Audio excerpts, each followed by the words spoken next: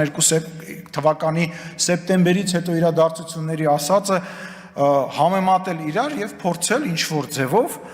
դրա շուրջ բան գեներացնել, այսինքն բան չի փոխվել, պատերազմներ չեն եղել, սեպտեմբերյան հարձակումները չեն եղել, Հայաստանի Հանրապետության ներքաղաքական են գործընթացները չեն եղել, որը որ նաև դուք եք գեներացրել եւ իրականությունը տենց պետք է զմռսված մնար, իրականությունը շատ արագ է այսօր զարգանում եւ կառավարությունը այդ իրականության հետ հաշվի նստելու պարտավորություն ունի նախ եւ առաջ։ Հիմա եթե տենց ենք վերցնում, իսկ ընդդիմությունը ինչ է խոսք տվել եւ ինչ է իր խոստումներից կատարել։ Ուզում եմ մի հատ գակ օրինակ բերեք, ասեք մենք օրինակ մեր նախընտրական ծրագրի ժամանակ, օրինակ պարոն Օհանյանը ասում էր, եթե մենք այն ժամանակ ընդդիմություն լինեինք, մենք SS քայլերը կձեռնարկեինք, երբ որ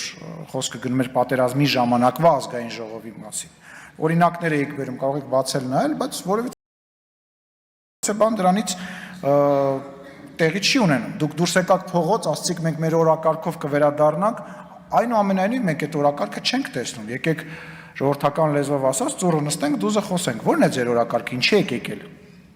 Ինչի եք եկել։ Չեմ հասկանում, անկեղծ չեմ հասկանում, կգնաք ձեր ընտրողներին կպատասխանենք, ես չեմ մտնում այդ դաշտի մեջ, որտեղ ձեր ընտրողները, մեր ընտրողները բավականին տարբերվում են։ Եվ անդրադառնալով մեր գործընկերների ելույթներին սկսեմ Արծվիկ Մինասյանի ասածից, որը նույնպես ասում է հրաժարական տվեք։ Պարոն Մինասյան, հարգելի գործընկերներ, այդքան օրհասական է վիճակը, հրաժարական է պետք, նոր բան կա ասելու, դուք բոլորով հրաժարական տվեք եւ նոր ընտրություններ տեղի կունենա, բախի չեք հրաժարական տալիս։ Չեք կարողանում իրար մեջ պայմանավորվել, բախի հրաժարական չեք տալիս։ Օրակարգը չկա, ասելիքը դուք ձեր ասելիքը չեք արել։ Այն մեզ սպանելուց բռնած,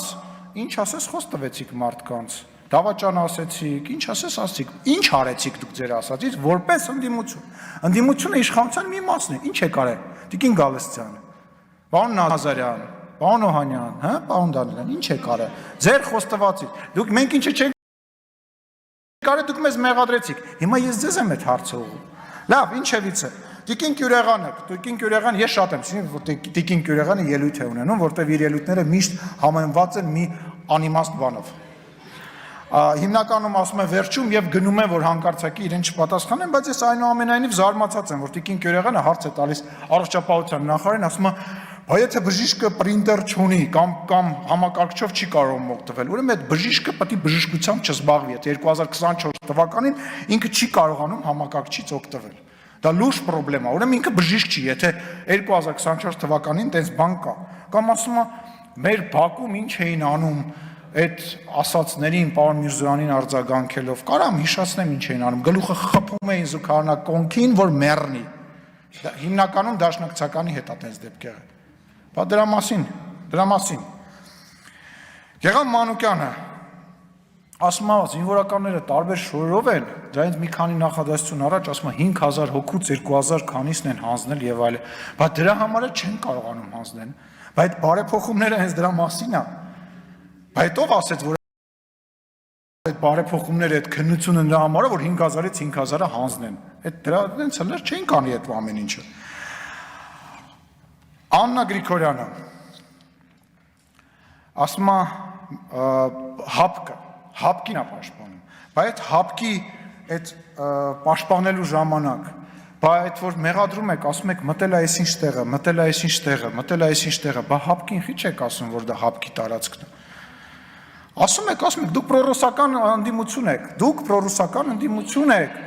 ես կարամ ուրիշ բան ձեզնից մեջ բերեմ, երբ որ մեջ եք բերում իմ կամ պարոն Հովհաննիսյանի կողմից բռնությանը մոտ ինչ-որ բաներ, բա գնացել եք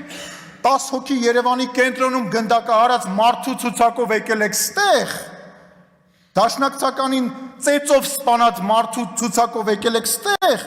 ինձ կամ որևիցե մեկին մի կամ երկու ասած անզգուշ խոսքի համար մեղադրում եք, բարոյականությունից եք խոսում, 2 տարվա մեջ 3 քաղաքական ուժ եք փոխել, 2 տարվա մեջ 3 քաղաքական ուժ եք փոխել, նենց որ ով խոսա, դուք ձև արեք, որ չեք լսում։ Արծվիկ Մինասյանը ասում է տարածքնել հանձնել, բան, ով է խոսում դա, մեռա, որտե գնում եմ, որտե կամերա եմ տնում, գնում մոտիկամ, ասում Ժորժ ջան, տենց բան չկա, ասում չի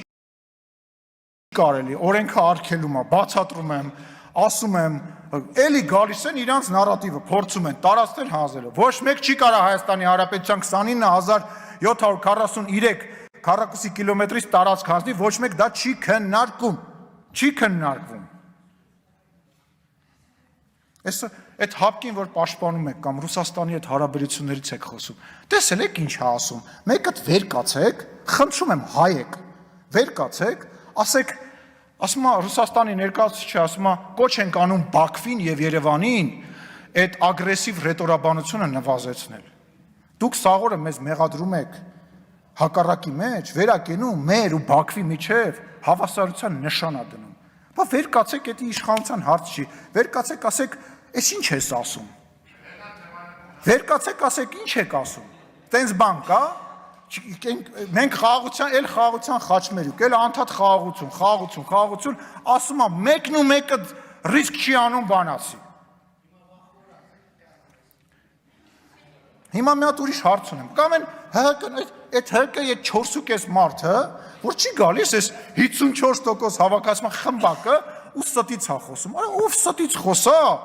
դուք ձեր Սերժով, ստի արքայով, Են որ առաջի թռիչքը ես եմ անելու Ստեփանակերտ, Արմենիկումը, հələ հարցրեք մեռը ասելով ինչ եղավ այդ Արմենիկումը 1999 թվականից սպասում ենք Հյուսիս հարավը, ես այլևս չեմ առաջադրվելու որպես վարչապետ, սուտ բառը եւ Սերժ Սարգսյան բառը հոմանիշներ են Հայաստանի Հանրապետությունում։